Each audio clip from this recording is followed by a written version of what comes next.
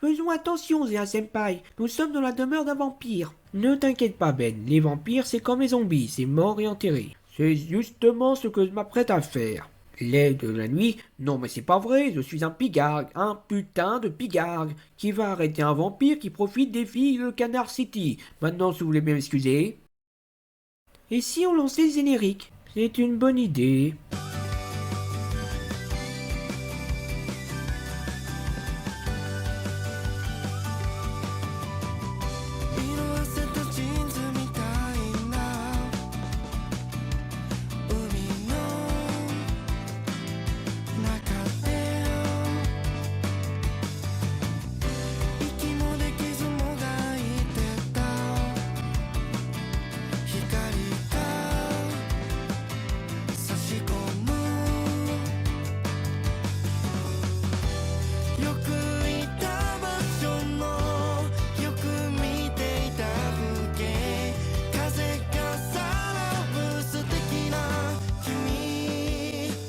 Bonjour à tous, je suis Maître Zianot, et bienvenue dans Critique As, l'émission qui n'hésite pas à entrer dans la maison des autres sans leur demander leur avis. Et aujourd'hui, on va parler de...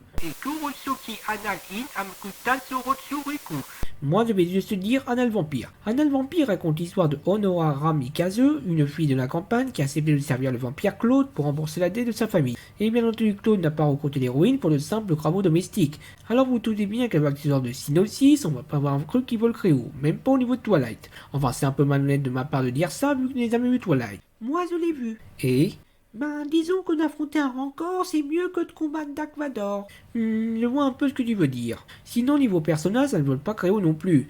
On a le vampire Claude qui va inspirer l'énergie de l'héroïne avec son bic pour devenir un véritable vampire, tout en restant un gros connard. On a également son assistante qui est juste son assistante, et l'héroïne qui a bien plus d'endurance qu'Anna de personnalité. Du côté des scènes de Krug bien du Massé Krug, eh bien... Je vais laisser Metzel vous expliquer.